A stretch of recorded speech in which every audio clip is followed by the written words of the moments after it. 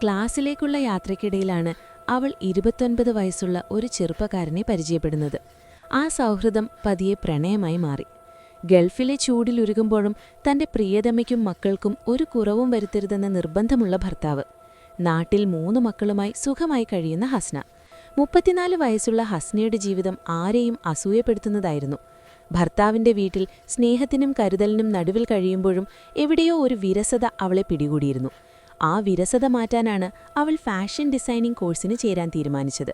എന്നാൽ ആ തീരുമാനം അവളുടെ ജീവിതത്തിന്റെ തന്നെ ഡിസൈൻ മാറ്റിമറിക്കുമെന്ന് അവൾ അറിഞ്ഞില്ല. ക്ലാസ്സിലേക്കുള്ള യാത്രയ്ക്കിടയിലാണ് അവൾ 29 വയസ്സുള്ള ഒരു ചെറുപ്പക്കാരനെ പരിചയപ്പെടുന്നത്. ആ സൗഹൃദം പതിയെ പ്രണയമായി മാറി. അവൻ ഒരു മികച്ച നടനായിരുന്നു. തന്റെ ഭാര്യ മോശക്കാരിയാണെന്നും ദാമ്പത്യത്തിൽ താൻ അനുഭവിക്കുന്ന കഷ്ടപ്പാടുകളും പറഞ്ഞ് അവൻ ഹസ്നയുടെ സഹതാപം പിടിച്ചുപറ്റി. ഭർത്താവിന്റെ സ്നേഹത്തേക്കാൾ വലുതാണ് കാമുകന്റെ കരുതൽ എന്ന് ഹസ്ന തെറ്റിദ്ധരിച്ചു. ആ ചെറുപ്പക്കാരന്റെ വാക്കുകളിൽ മയങ്ങി താൻ അനുഭവിക്കുന്നതാണ് യഥാർത്ഥ പ്രണയമെന്ന് അവൾ വിശ്വസിച്ചു. ഒടുവിൽ ആ ദിവസം വന്നെത്തി. ഭർത്താവിന്റെ വീട്ടിൽ നിന്ന് തന്റെ 3 മക്കളിൽ ഇളയ കുഞ്ഞിനെയും കൊണ്ട് അവൾ ഇറങ്ങി. നേരെ പോയത് താമരശ്ശേരിയിലെ ആ ചെറുപ്പക്കാരന്റെ സുഹൃത്തിന്റെ ഫ്ളാറ്റിലേക്കായിരുന്നു. വിവരമറിഞ്ഞ് ഹസ്നയുടെ ബന്ധുക്കൾ അവിടെ പാഞ്ഞെത്തി. അവർ അവളോട് ധരഞ്ഞപേക്ഷിച്ചു.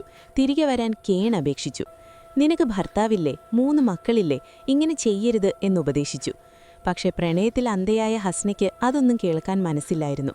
ഒടുവിൽ കൂടെയുണ്ടായിരുന്ന പിഞ്ചു കുഞ്ഞിനെപ്പോലും ഉപേക്ഷിച്ച് ആ യുവാവിനൊപ്പം ജീവിക്കാൻ അവൾ തീരുമാനിച്ചു.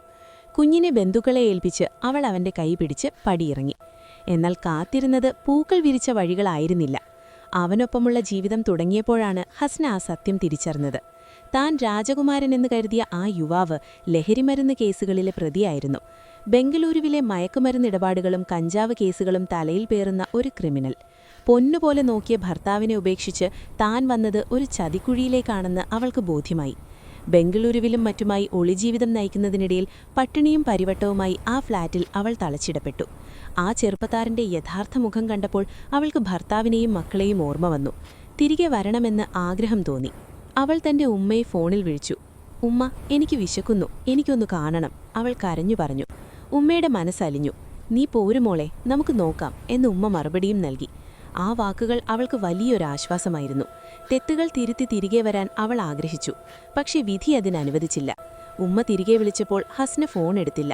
പലതവണ വിളിച്ചിട്ടും മറുപടി ഉണ്ടായില്ല. ഒടുവിൽ കേൾക്കുന്നത് ഞെട്ടിക്കുന്ന വാർത്തയാണ്.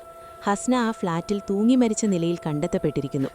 ആത്മഹത്യയോ കൊലപാതകമോ എന്ന് ഉറപ്പിക്കാനാവാത്ത ദുരൂഹതയിൽ ആ ജീവിതം അവസാനിച്ചു.